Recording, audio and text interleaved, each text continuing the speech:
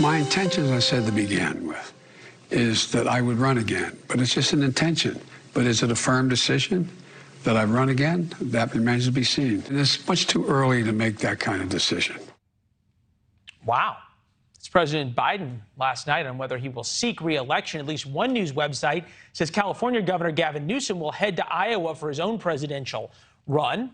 He's the one who asked for kidnapping charges against Florida Governor Ron DeSantis. In a letter to the DOJ, Newsom wants DeSantis investigated for sending illegal immigrants to Martha's Vineyard. Here is DeSantis's response.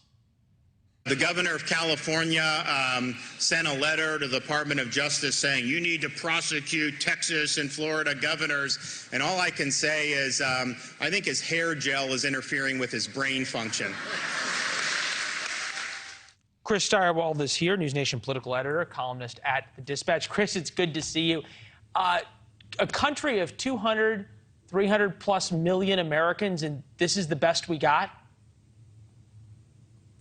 Well, I mean, look, it's politics and it's performative. And these, for DeSantis and for Newsom, it works for both of them. They're both getting what they want out of it, increases their visibility, and they can use this as a badge to wear with base voters that they hate the right people, right?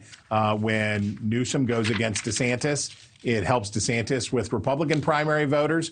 When DeSantis goes against Newsom, the same happens for Newsom. So it's kind of a self-licking ice cream cone.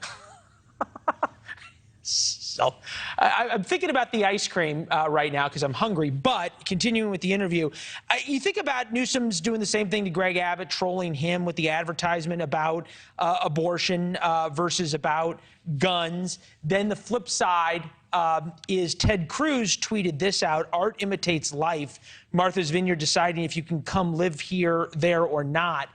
Is there something about this which is they're all trying to be Donald Trump, but none of them can quite pull it off?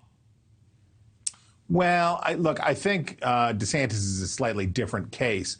DeSantis is a pretty effective governor, right, and has been pretty successful, as is evidenced by his popularity. There's a lot that Ron DeSantis does behind the scenes that is effective. I think that this stuff, this performative stuff, is what keeps his opponents off balance and maintains his popularity with sort of populist Republican voters. For a lot of the other governors in the country, and for a lot of Ted Cruz, for example, Ted Cruz can't do anything in Congress, right? He can't pass legislation, he can't do stuff, but sort of the performance is the point. And that would be the same with AOC, that would be the same with a number of members of Congress who don't have real power and can't really affect things, but what they can do is be famous. And that's something very different.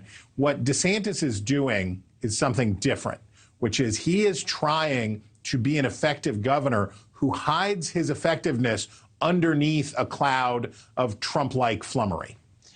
If he is able to sort of do that through and into his second term, does the successes that you point to, and probably some of the left would argue that Newsom's had his own successes in California, depending on how you view the state of California.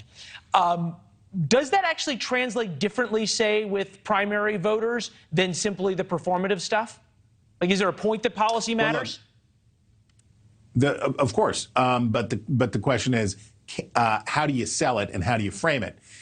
Joe Biden has hinted at something that could be really important for the history and future of America, which is if he chooses after the midterm election, which would be the appropriate time, he shouldn't do it now, but if he chooses after the midterm election to do what is probably the patriotic thing, what is probably the right thing for his party too, which is to say, I'm not going to seek another term, that does a couple of things. Number one, it frees him up to have a more successful last 2 years, when in all likelihood the Republicans, when almost in every likelihood the Republicans will have control of at least one of the houses of Congress, that it would give him an opportunity to try to be a deal maker, to try to do something. So it's a lame duck with benefits, I guess is how you'd say it.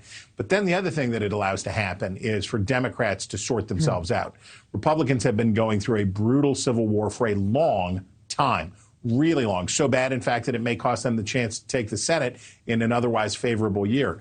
Newsom Kamala Harris and a number of other Democrats need to work out where the party is. They need to work through this stuff ahead of the 2024 election. And if Biden does indeed decide not to run, he would be giving his party the gift of time to work that through and come to a consensus before they face the Republicans in 2024. Yeah, and he's also sort of opening the door for people to begin sort of questioning whether he will or not and laying groundwork and going to Iowa.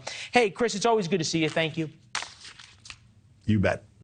Thanks for watching. Go to newsnationnow.com to find NewsNation on your television provider. And don't forget to subscribe. Click the red button to get more of NewsNation's fact-driven, unbiased coverage.